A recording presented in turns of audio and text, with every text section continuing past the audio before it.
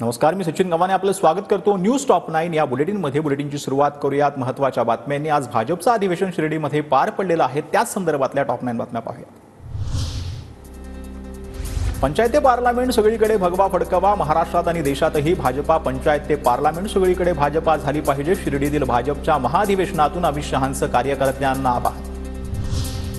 शरद पवारांनी दगाफटक्याचं राजकारण केलं। शिर्डीतील अधिवेशनातून अमित शहांचा हल्लाबोल। पवारांच्या राजकारणातला 20 फूट जमिनीत गाडण्याचं काम तुम्ही केलंय असंही वक्तव्य। 2019 मध्ये उद्धव ठाकरेंनी बाळासाहेबांचे विचार सोडले, दगाफटका करून मुख्यमंत्री झाले। ठाकरेंना महाराष्ट्रातील जनतेनं त्यांची जागा दाखवली। अमित शहांची टीका, तर खरी शिवसेना राष्ट्रवादी कुणाची हे जनतेनं सांगितलंय असंही वक्तव्य। राज्य की जनता ने तय कर दिया है कि एकनाथ शिंदे की शिवसेना ही बाला साहब ठाकरे की शिवसेना है और अजीत पवार की एनसीपी ही सच्ची एनसीपी है।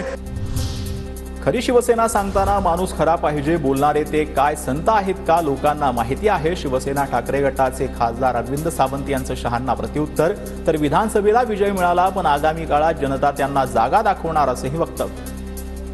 ते खरेच का पहिले विचारा ना, खरी शिवसेना कोणाची सांगायला स्वतः माणूस खरा पाहिजे ना। संतांनी सांगितलं का कुठल्या? त्यांच्या हातात काय होत्या बेड्या ते आठवून बघा। येत्या काळात 3 ते 4 महिन्यात स्थानिक स्वराज्य संस्थांच्या निवडणुका होतील। जसा विजय विधानसभेत मिळाला तसाच विजय स्थानिक स्वराज्य संस्थांच्या निवडणुकीत मिळवायचा आहे। देवेंद्र फडणवीसांच्या पदाधिकारी आणि कार्यकर्त्यांना आदेश।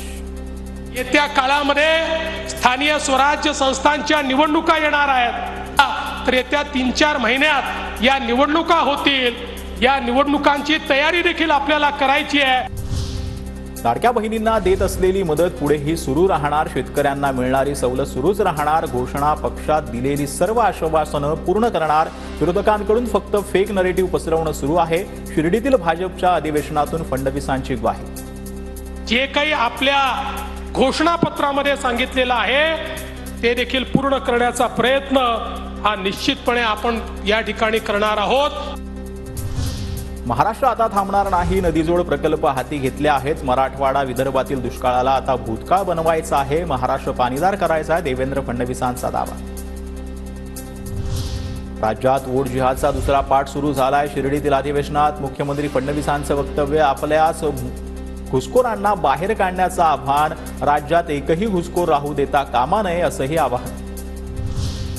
केंद्रीय मंत्री पियुष गोयल यांची साईंच्या दर्शनावेळी चांगलीच धावपळ। अमित शहांच्या उपस्थितीत बैठकीला सुरुवात झाल्यानं गोयल यांनी धावत जात साईंचं दर्शन घेतलं। माध्यमांशी बोलणंही टाळलं।